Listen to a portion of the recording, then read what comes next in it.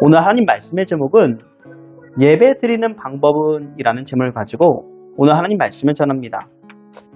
그럼 예배 분위기를 우리가 만들어야 합니다. 예배 분위기는 혼자 만드는 것이 아니죠. 교회 공동체가 예배를 통하여서 성도를 형성하고 변화시키기 때문입니다. 예배 속에서 사용되는 커뮤니케이션, 소통이 매우 중요합니다. 그럼 예배란 하나님과 만남을 통한 대화, 소통입니다. 하나님과 우리는 이어져 있습니다. 예배 속에서 커뮤니케이션, 소통이 그 교회의 분위기를 만들어낸다는 거죠. 국어사전에 커뮤니케이션이라는 단어를 좀 찾아봤는데요. 사람끼리 서로 생각, 느낌 따위를 정보를 주고받는 일이라고 하더라고요.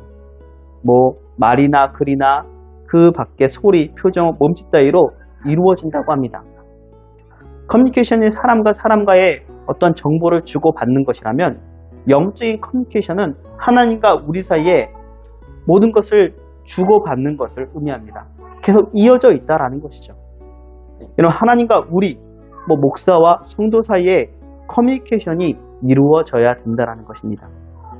서로 간에 입장 차이가 있죠. 그 입장 차이를 좁혀 나가는 것도 커뮤니케이션, 소통이라고 할 수 있습니다. 왜냐하면 하나님과 우리 생각은 전혀 달라요. 하나님의 생각에 하나님의 계획이 우리와 맞지 않는 때가 너무 많습니다. 그럼 그럼에도 불구하고 우리는 소통하는 이유가 무엇입니까?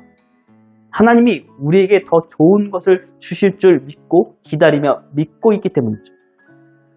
요즘은 핵 개인 시대라고 합니다. 앞에 핵이 들어가면 어떤 소형적인 느낌, 작은 느낌이라고 생각하는데 핵가족은 아실 겁니다. 부부만 이루어진 자녀 없는 팅크족이 이에 해당하죠. 개인주의가 강한 시대입니다. 그러면 핵가족을 넘어서 핵개인이라면 엄청 더 강한 개인주의 시대에 우리는 살고 있다라는 겁니다. 자기만 생각하는. 그러면 이런 개인주의 시대다 보니 평신도들도 어떤 신앙과 믿음보다는요, 개인의 행복에 관심을 더 가진다고 합니다. 평신도의 관심도를 보니까요, 첫째는 가정의 행복이요, 둘째는 마음의 평화와 안정이요, 셋째는 육체적인 건강입니다. 그럼 그 다음으로는 경제적 안정과 여유, 그 다음에 믿음과 신앙, 마지막으로 사람들과의 관계를, 교제를 의미한다고 합니다. 그러면 교회의 중심이 믿음과 신앙이라면 평신도의 그 중심이 어떤 행복, 개인의 행복이라면 갭이 엄청나게 크게 발생하는 거죠. 그러면 이 교회에 대한 어떠한 의미에서는 기대가 크다라는 것을 의미합니다. 교회에서 설교만 하는 것이 아니라 목양과 양육을 해줄 것을 기대한다는 거죠. 성도에게 어떻게 우리가 우리의 삶 속에서 영적으로 행복해질까를 우리는 생각해 봐야 된다는 것입니다. 그러면 오산세교 금익교회는 그 구성원이 어떤 분위기를 우리가 만들어내야 될까요? 키워드는 예수님, 말씀, 교육, 나눔입니다. 그러면 평신도가, 관심도가 그 끝에 마지막에 뭐였죠? 믿음, 신앙, 그 다음에 사람들과의 교제, 나눔. 그렇기 때문에 우리는 관심을 어디에 가져야 되느냐? 진정한 영적인 행복을 가지려면 예수님, 말씀, 교육, 나눔이죠. 우리는 교회 안에서 하나님이 주시는 그 교육을 받아야 됩니다. 그러면 이 네 가지를 생각하면서 이러한 교회가 되기를 원한다고 기도해 주시기 바랍니다. 우리의 예배 속에 네 가지 키워드가 드러나기를 원합니다. 그러면 커뮤니케이션은 크게 두 가지로 나눌 수 있습니다. 언어적인 커뮤니케이션과 비언어적인 커뮤니케이션을 나누는데, 오늘은 설교에서는 비언어는 빼고 언어적 커뮤니케이션만 다루겠습니다. 그럼 교회는 성도가 그 안에서 살아갈 때 계속 배워야 하는 하나님 나라의 문화입니다. 여기 배워야 할 언어들은 많이 있는데 대부분 어디에서 배우느냐? 교회 예배를 통하여서 배우게 된다는 거예요. 그럼 예배 속에서는 그 언어가 두 가지의 기능이 있다고 합니다. 그 언어의 기능이 첫 번째는 표현이요, 두 번째는 교육입니다. 첫 번째 언어는 표현의 기능이 있습니다. 사람은 언어를 통해서 자신을 표현합니다. 그럼 예배는 나로 드리죠. 개인으로 드립니다. 그렇지만 우리 공동체로 하나님께 드리는 것이기 때문에 나보다 먼저 누굴 표현했느냐? 우리는 공동체입니다. 우리입니다. 라는 것을 표현해야 된다는 거죠. 그럼 두세 사람이 모인 곳에 누가 계신다고요? 하나님이 계신다고요. 우리가 있는 곳에 하나님이 계신다고요. 하나님께서 나 혼자만 받으시는 것이 아니라 함께 받으시길 원하신다라는 것입니다. 그럼 나만 생각하면 나를 표현하는 언어를 사용하지만 교회를 생각한다면 우리라는 공동체이기 때문에 그렇게 해서는 안 된다는 거죠. 공동체를 나타내고 공동체가 믿는 것을 우리는 표현해야 됩니다. 예를 들어서 금액교회는 길이신 예수님의 공동체입니다. 라고 말할 수 있습니다. 한 사람이 사용하는 언어 능력이 그 사람의 생각의 깊이와 이런 것들을 대략 가늠을 해주겠죠. 그러면 어른과 어린이의 생각의 깊이가 다른 것도 언어 능력에 있다고 볼 수 있습니다. 그럼 저는 목사입니다. 그러기에 신학적으로 어떤 두꺼운 책을 읽으면 마음이 좀 편해지죠. 그런데 청년들은 그 책을 읽으면 점점점 마음이 무거워지는 것 같습니다. 예전에 부목사로 사역했을 때의 일입니다. 청년과 함께 책을 읽고 나누고 영상을 만들었던 좋은 추억을 가지고 있죠. 청년 자신 스스로는 책을 읽기가 어렵다고 하였습니다. 그래서 그럼 나와 함께 읽어보자. 내가 도와주겠다. 그래서 주일마다 다른 때는 시간이 없으니 평일날에는 직장도 나가야 되니 주일마다 3시간씩 고강도에 공부를 했지만 잘 따라와 주었습니다. 그럼 그 책이 존 스토트의 그리스도의 십자가입니다. 복음의 집합체라는 책이죠. 한 권을 다 읽고 영상을 만드는 일도 쉽지 않았지만 나란히 3명이서 영상을 만들어서 유튜브에 올렸습니다. 복음을 더 잘 알게 되고 이해된 계기가 되었습니다. 그 청년의 머릿속에 얼마나 남아있을지는 모르겠어요. 이제 3년 정도 되었으니까요. 그러나 그 책 한 권이 예수님 중심으로 사는데 조금이라도 보탬이 될 것을 나는 믿고 있습니다. 혼자 하면 쉽지 않습니다. 함께 하면 쉽습니다. 뭉치면 삽니다. 예배를 언어로 표현하는 것. 예를 들어서 우리가 십자가를 그 언어로 표현하면 어떨까요? 언어로 표현하는 것이 예배라며. 우린 십자가로 내 입으로 십자가를 표현하는 것입니다. 그러면 십자가를 언어로 표현하면 십자가는 소망이요, 자랑이요, 사랑입니다. 그럼 이것을 3년 전에 제가 이렇게 영상을 나눔을 하였습니다. 십자가는 소망이요, 자랑이요, 사랑입니다. 그 순서대로 보면 돼요. 그러니까 경우청제는 소망이고 저는 자랑이고 그 다음에 사모는 사랑입니다. 이렇게 해가지고 영상을 찍었던 생각이 납니다. 여러분들 영상을 보시면서 3년 전이니까 제가 지금하고 많이 바뀌었는지 아니면은 안 바뀌었는지 얼굴도 보시고 3년 전의 얼굴이니까 좀 젊을 거예요. 그러니까 그것을 좀 보시고 그 내용도 한번 생각해 보는 여러분들이 되었으면 좋겠습니다. 안녕하세요. 안녕하세요. 성목사의 목회TV입니다. 구독자 여러분, 정말 이 시간은 정말 신선한 시간이 될 것 같아요. 왜냐면 매일 제가 혼자만 나왔었는데 이 두 분의 게스트와 함께 나왔거든요. 여기 오른쪽에 있는 분은 송은경 성도, 왼쪽에 있는 분은 나경 성도입니다. 이 두 분과 왜 나오게 되었냐면 십자가에 대해서 여러분에게 더더 풍성함을 나누고 싶기 때문입니다. 요번에 이 세 분과 함께 두 분이죠. 저하고 포함해서 3명인데 그리스도의 십자가라는 이 책을 함께 나누었거든요. 그랬더니 이 십자가가 정말 좋구나 라고 하는 것을 생각하기 때문에 여러분도 이거를 함께 나누었으면 좋겠어서 지금 이렇게 3명이서 여러분들 만나러 왔습니다. 기대해주세요. 저에게 있어서의 십자가란 사랑과 희생이라고 생각합니다. 하나님께서 저를 너무나도 사랑하셔서 예수님을 이 땅에 보내주셔서 십자가에 달려 돌아가게 하신 그 희생이야말로 저에게 있어서 그 완전한 십자가의 의미라고 할 수 있겠습니다. 감사합니다. 십자가는 희생입니다. 하나님께서 하나밖에 없는 아들을 우리에게 보내시는 희생을 하셨기 때문에 십자가는 희생입니다. 그럼 예수님 믿는 사람들은 십자가를 모르는 사람이 없을 것입니다. 그런데 십자가가 무엇인지 물어본다면 갑자기 턱 막힌 것 같아요. 그래서 우리 세 명이서 십자가란 무엇이다 라고 얘기를 할 텐데요. 그것을 가지고 여러분들도 십자가란 무엇이지? 무엇이다 라고 하는 것을 한번 해보셨으면 좋겠습니다. 여기 송은경 성도께서 먼저 해보겠습니다. 저는 십자가를 사랑이라고 생각해요.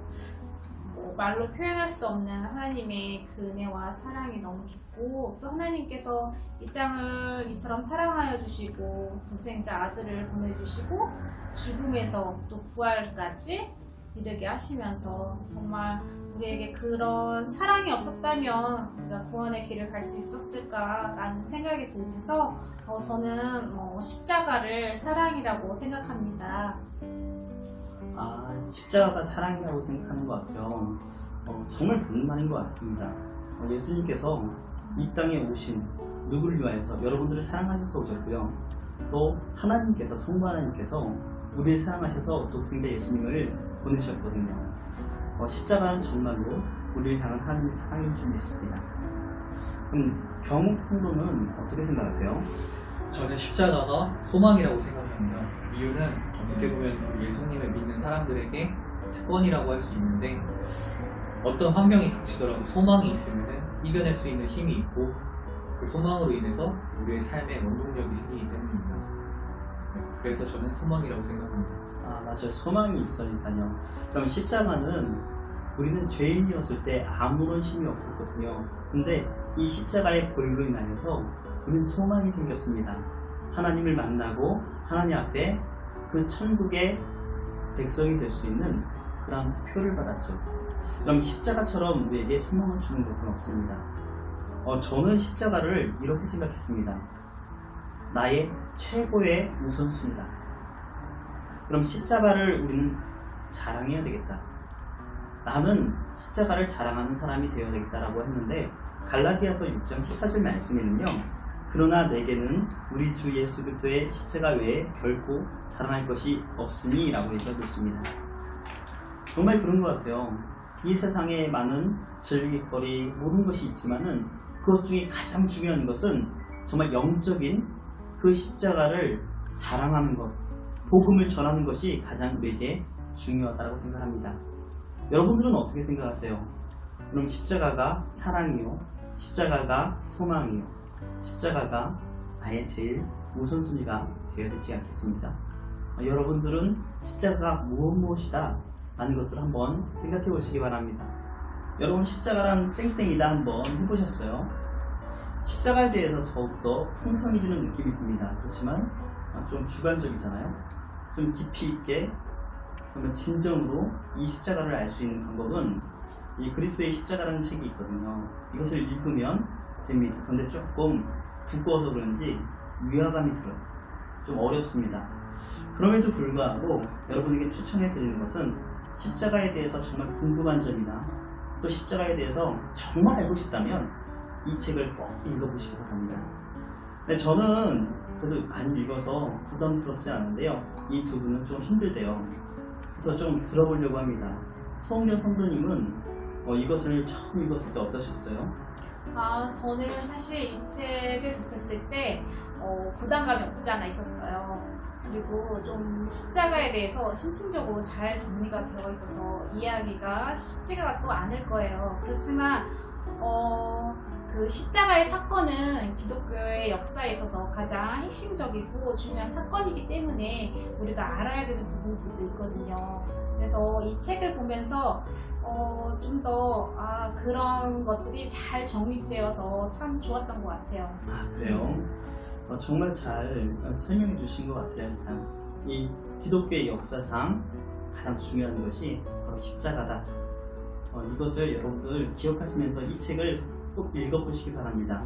부담스러워도 읽으셨잖아요. 이거는 꼭 읽어야 되는 책이라는 거죠. 그리스도의 십자가를 읽을 때 좀 인상적인 부분이 무엇이었는지 이번에는 경욱 성도님이 한번 얘기해 보실까요? 저는 예수님의 죽음에 대해서 인상 깊었는데요. 예수님께서 이 땅에 오셔서 죽으셨다. 그 정도까지는 알고 있었는데 이 책을 읽음으로써 어떠한 예수님이 죽으셨냐, 이미 이 땅에 오심으로부터 예수님이 죽을 것을 알고 계셨고 그럼에도 불구하고 죽음을 처리하지 않고 작정하고 죽으셨다. 왜? 나 때문에, 우리 때문에 죽으셨다. 그래서 그 예수님의 은혜에 한 번 더 감사하는 시간이 되었던 것 같아요. 그리스도의 십자가를 읽으면 예수님께서 그냥 나를 위해서 죽으셨네 여기에만 머무르는 것이 아니라 예수님이 이 땅에 있으셨을 때 죽으실 줄 알았고 그럼에도 불구하고 처리하지 않은 이유는 바로 나 때문에 정말 하나님께 감사합니다라는 것이었습니다. 이것을 두 분의 말씀을 들으면서 정말 그리스도의 십자가는 우리에게 꼭 필요한 것이구나 라고 하는 것을 깨달았습니다. 책 나눔 시간을 이렇게 가지면서 좋았던 부분이 있었을 거예요. 그러니까 한 번, 두 번, 세 번 계속 이렇게 쭉 이어서 책 나눔을 해봤는데 대단하신 것은 한 번 할 때 그냥 1시간 정도만 잡았는데 3시간 반, 3시간씩이나 이렇게 같이 나누고 이야기하고 이랬던 것이 저는 좋았습니다. 근데 좀 이 두 분은 힘들었겠지만 전 3시간 동안 얘기하는 것이 좀 모자랐어요 솔직히. 그러니까 한 5시간 정도는 얘기를 해야지 되는데 저는 그래도 그나마 1시간보다는 3시간이 더 낫잖아요. 전 3시간이어서 나눌 수 있어서 또 그 나눔으로 인해서 내가 어떤 의미에서는 더욱더 성장하고 배웠다, 십자가가 더욱더 풍성하게 나한테 다가왔다라는 것이 정말 느껴져서 좋았습니다. 그러면 어떤 것이 좋았는지 한번 들어보겠는데 경우 성도님부터 한번 들어보죠.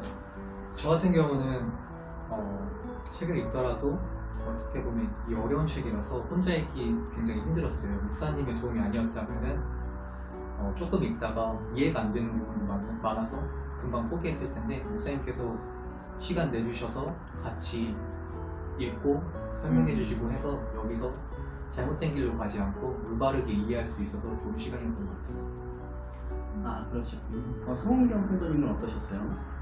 저도 스스로 책을 읽으라고 하면은 반쯤 읽다가 포기했을 텐데 또 이렇게 몇 주간 동안에 같이 나눔을 통해서 함께 해주면서 주시는 은혜가 되게 많아요. 그리고 정말 이 책으로 끝나는 것이 아니라 우리 삶 가운데 정말 이 십자가의 사건으로 인해서 직접적으로 우리가 삶으로 어떻게 나가야 되는지 그 방향성을 또 알려줄 수 있어서 참 유익한 시간이었던 것 같아요. 이렇게 우리가 나눔의 시간을 가지면서 정말 유익했던 시간을 서로 보냈습니다. 좋은 시간이었고 또 리더가 있어서 이끌어주는 로 인해서 좀 더 이해가 되었고 또 신앙생활에 적용이 되었다라고 얘기했죠. 여러분들이 읽는다면 여러분에게도 분명히 좋은 그러한 교훈들이 있을 것입니다. 여러분의 삶 속에 여러분의 생각 속에 그리스도의 십자가가 있기를 바랍니다. 하나님은 전능하셔서 대속이 없이 말씀만 하셔도 구원하실 수 있을 것 같은데 왜 꼭 구약의 제물 또 예수님이 대속 사역을 하셔야 했을까요? 대속이 무엇인지 제물이 무엇인지 이것을 통하여서 생각해 보도록 하겠습니다. 대속은 경훈 청년이 한번 얘기해 보시죠. 일단 제가 이해한 대속은 구약 시절에는 출애굽에서 장자를 죽이는 10가지 재앙 중 하나인 장자를 죽이는 재앙이 있는데 그 재앙을 피해가려면 문 앞에 어린 양의 피를 바름으로써 그 장자의 죽음을 피해갔고 그것을 유월절로 섬기고 있는데요. 신약 때는 그 어린 양이 예수님이 되셔서 예수님의 보혈로서 우리가 죽지 않고 영생을 얻는 것을 대속이라고 알고 있습니다. 그렇구나. 맞아요. 예수님이 대신 죽으셨죠. 그것이 필요하냐 필요하지 않냐 어떠한 의미에서는 우리의 결정이 아니라 하나님께서는 유일한 방법으로 그렇게 정해놓으신 것입니다. 예수님이 대속하셔야지 우리가 구원받는 것이고요. 그럼 재물이 어떠한 재물인지 그 재물이 무엇인지 송은경 성도가 한번 얘기해 보시죠. 일단 재물은 구약 시대에서 봤을 때는 이스라엘 백성들이 죄를 지었을 때 짐승을 통해서 재물을 드렸어요. 하지만 신약에서는 예수님께서 화목 제물이 되셔가지고 정말 하나님과의 우리 사이에 담을 허물어 주셨고 그것을 통해서 정말 우리가 하나님을 만날 수 있었고 또 우리가 예배 가운데 나올 수 있었던 건 아닐까 생각됩니다. 맞습니다. 예수님께서 유일한 방법으로 대속의 방법으로 우리에게 오셨는데요. 그 방법은 십자가로 인하여서 모든 죄를 짊어지시고 하나님과 막힌 담을 하셨죠. 죄의 담을 하셨습니다. 그래서 우리는 하나님과 만날 수 있는 자가 되었습니다. 그럼 그것이 아니고서는 우리는 하나님을 만날 수 없죠. 유일한 방법인 대속의 방법, 예수님이 제물이 되시는 방법을 통하여서 우리는 구원을 얻었습니다. 이것이 꼭 필요하죠. 우리가 이해하려고 하는 것이 아니라 예수님이 정하신 유일한 방법이기 때문에 그냥 믿는 것입니다. 우리는 그 믿음으로 나아가야 될 것 같아요. 지금까지 그리스도의 십자가 이 책에 대해서 우리가 나눔의 시간을 서로 가졌는데 여러분들은 어떠셨나요? 좀 어렵기도 하고 그렇지만 십자가의 본질을 우리가 가지고 나가야 된다 하는 것은 변함이 없는 것 같습니다. 꼭 추천드립니다. 그리스도의 십자가. 그리고 이 영상 구독, 좋아요 부탁드립니다. 오늘 하루도 편안한 하루 되시기 바랍니다. 성목사의 목회TV였습니다.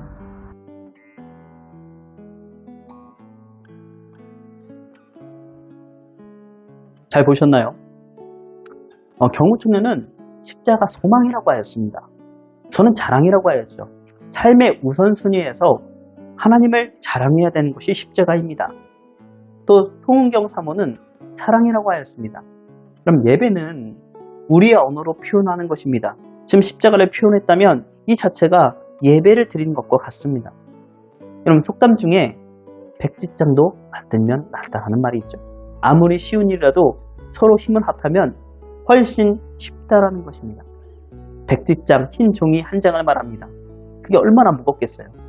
맞들다라는 마주 든다는 얘기입니다. 그 종이 한 장을 드는데 쉬운 일이라도 누군가 옆에서 도와준다고 하면 참 고맙게 느껴지는 것이 우리입니다. 혼자 할 수는 있지만 함께하면 더 즐겁고 기운이 납니다. 어려운 일이든 쉬운 일이든 힘을 합한다는 것은 서로에게 좋은 힘을 내면은 틀림없습니다. 우리 함께 예배의 분위기를 만들어가는 성도가 되었으면 좋겠습니다. 백지장도 맞들면 낫다고 합니다. 그럼 예배 때 우리는 하나님께 집중을 해야 되겠죠. 공적인 예배인 주일 예배에 집중하고 교회 봉사 등 하나님의 일의 예배에 집중하고 삶 속에서 하나님을 인정하여 삶의 예배에 집중해야 합니다. 하나님을 생각하는 것이 예배라고 하였습니다. 어떤 생각이요? 하나님과 커뮤니케이션을 하는, 소통을 하는 그것이 바로 예배입니다. 내 입으로 말하고 내 마음으로 그것을 소통하는 것이 바로 예배라는 것입니다. 그러면 이 예배를 우리는 어떻게 드려야 할까요? 우리는 예배를 어떻게 드려야 하냐라는 것입니다. 그럼 구약 시대에 우뚝 솟는 봉우리처럼 두 이름이 있습니다. 아브라함과 다윗이었죠. 아브라함과 다윗의 공통점은 무엇이냐면 여호와의 이름과 연관되어 있다는 공통점이 있습니다. 창세기 12장 8절 말씀에는요. 거기서 베델 동쪽 산으로 옮겨 장막을 치니 서쪽은 베델이요 동쪽은 아이라. 그가 그곳에서 여호와께 제단을 쌓고 여호와의 이름을 부르더니 아브라함은 하나님의 이름을 불렀습니다. 또 다윗은 3일상 17장 45절 말씀에 다윗이 블레셋 사람에게 이르되 너는 칼과 창과 단창으로 내게 나아오거니와 나는 망군의 여호와의 이름 곧 내가 모욕하는 이스라엘 군대의 하나님의 이름으로 내게 나아가노라. 하나님의 이름으로 가지고 골리앗에게 나아갔다라는 것입니다. 그럼 이처럼 하나님의 이름을 부르고 하나님의 이름으로 나아간다는 것은 표현을 한 거잖아요. 내가 말을 한 거잖아요. 예배를 하는 자의 삶과 자세를 보여준다는 것. 예배가 언어로 표현하는 것이기 때문입니다. 그러면 아브라함과 다윗의 이야기를 하였는데 아브라함은 빼고 다윗을 좀 더 집중해 보려고 합니다. 하나 다윗은 하나님의 이름을 가지고 나아갔습니다. 다윗은 여호와의 이름을 위하여 칼과 창과 단창을 가진 그 골리앗 앞에서 물맷돌을 들고서 나아가죠. 그리고 여호와의 이름을 위하여 싸워 승리하였습니다. 다윗의 전쟁은 하나님의 이름의 존귀와 영광을 위한 전쟁이었습니다. 바로 하나님을 향한 예배였습니다. 또한 다윗은 여호와의 이름을 위하여 성전을 건축하고자 했죠. 다윗이 짓고자 하는 성전은 단순한 건물이 아니었습니다. 하나님의 이름에 합당한 영광을 위한 것이었죠. 바로 하나님을 향한 예배입니다. 둘, 다윗은 예배에 최선을 다했습니다. 여호와의 이름을 위하여 성전을 건축한 그 마음을 내려놓게 되었죠. 그럼에도 불구하고 다윗은 어떠한 마음을 먹느냐? 왜 하나님이 거절하셨기 때문에. 그러나 하나님이 거절했으면 그것이 왜 그러냐고 가인처럼 그렇게 한 것이 아니라 다윗은 뭐라고 했냐면 성전에 필요한 음악과 사람들과 물질을 준비합니다. 그리고 예배를 위한 성전 봉사들을 정비하고 차량대를 조직하죠. 그럼 또한 다윗이 많은 물질로 예배를 드렸고 성전 건축을 위해 많은 물질을 드렸습니다. 셋, 다윗은 존귀한 이름을 얻었습니다. 여호와의 이름을 높여주니 하나님께서 다윗의 이름을 높여주었습니다. 예배에 힘쓴 다윗은 존귀한 이름을 갖게 됩니다. 여러분 어떠한 이름이죠? 존귀한 다윗의 이름은 이렇습니다. 다윗의 자손은 예수 그리스도를 의미합니다. 다윗의 열쇠는 천국의 열쇠를 의미합니다. 다윗의 나라는 하나님 나라를 상징합니다. 다윗의 위는 그리스도께서 차지할 천국의 왕위를 의미합니다. 다윗의 고향 베들레헴은 예수님이 탄생한 그 베들레헴을 가리킵니다. 평생 예배자의 삶을 살았던 다윗은 이처럼 하나님께서 존귀한 이름을 얻게 하셔서 높이시는 하나님을 보게 됩니다. 여러분 예배를 중요하게 여긴 다윗은 하나님으로부터 복을 받는 것을 약속했죠. 오늘 본문이 그렇습니다. 하지만 예배를 멸시했던 사람들은 모두 실패하고 버림받았습니다. 여러분 사울 왕이 그랬고 엘리 제사장의 가문처럼 말이죠.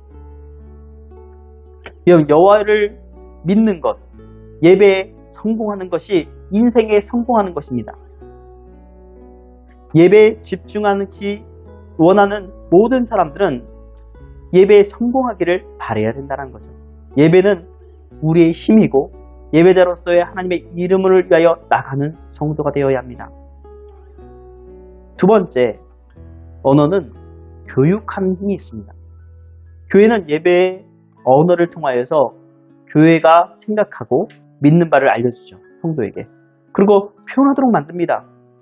그 결과 성도들은 그 교회가만 가지고 있는 독특한 언어를 가지고 있습니다. 그럼 어떤 교회에 가면 우리 교회는 전도하는 교회입니다. 나의 힘입니다. 전도가. 어떤 교회는 기도는 나의 능력입니다. 성령님이 역사하심을 믿으십시오. 교회는 모여야 삽니다. 등등 각 교회마다 슬로건이 있습니다. 그럼 서초 사랑의 교회는 우리는 사랑의 교회입니다. 라는 정체성을 얘기합니다. 우리는 교회가 되어야 합니다.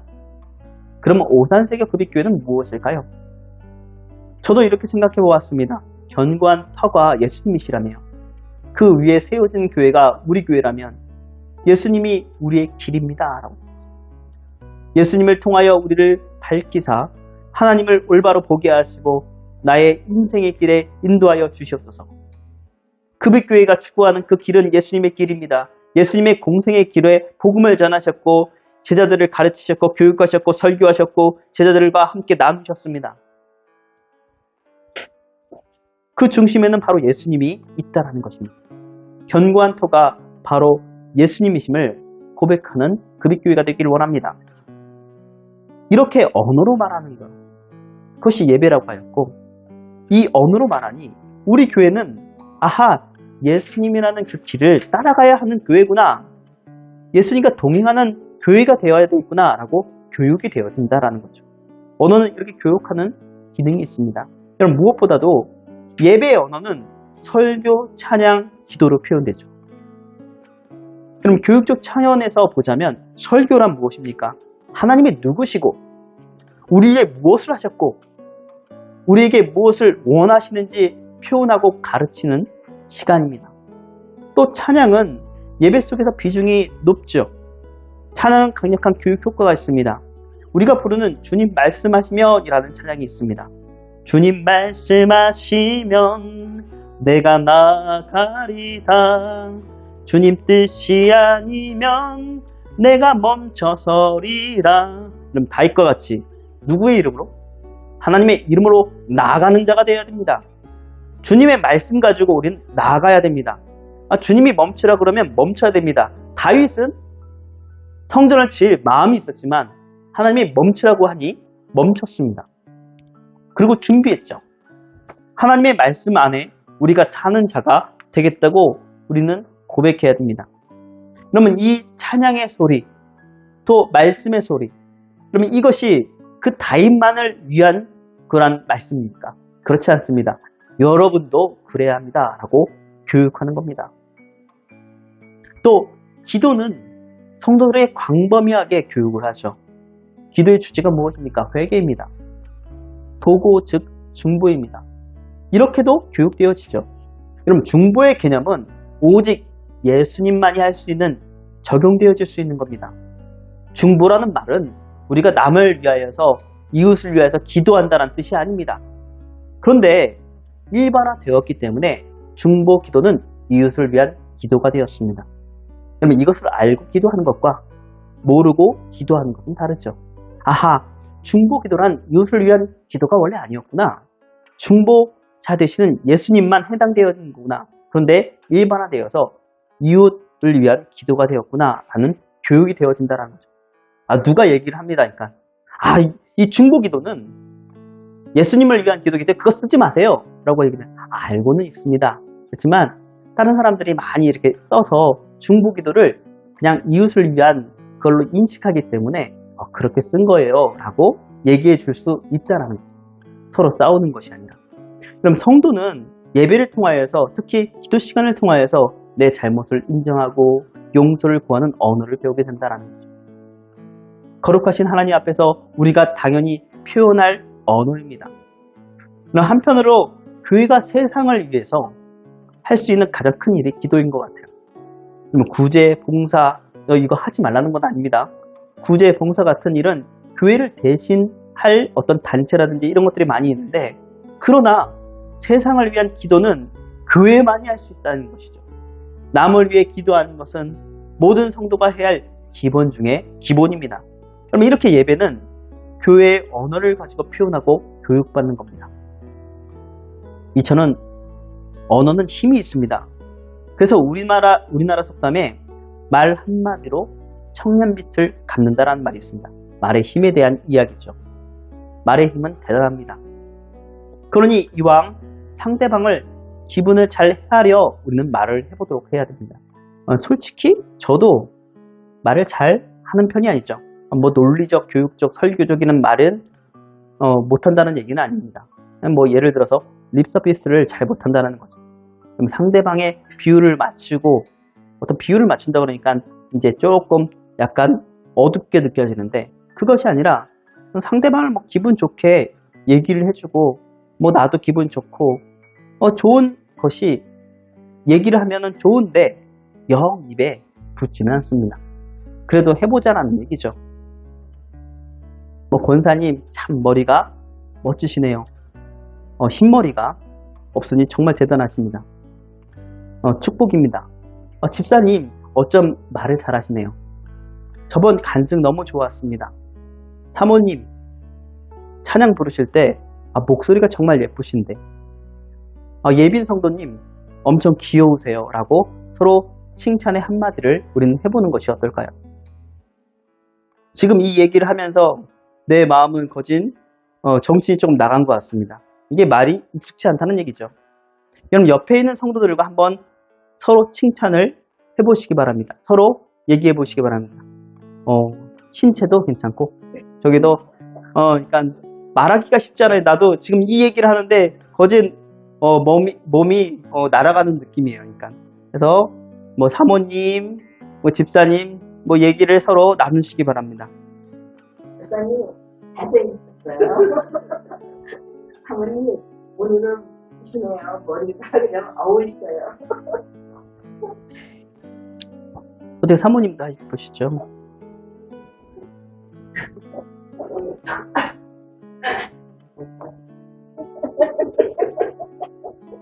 이 한마디 하는데 정말 힘들잖아요. 그렇죠? 이 립서비스라는 게 쉽지는 않은 것 같습니다. 저도 이거 쓰면서 그냥 그대로 읽은 거예요, 지금. 그럼에도 불구하고 이게 입에 튀어나오지는 않습니다, 잘. 익숙치 않다는 거죠.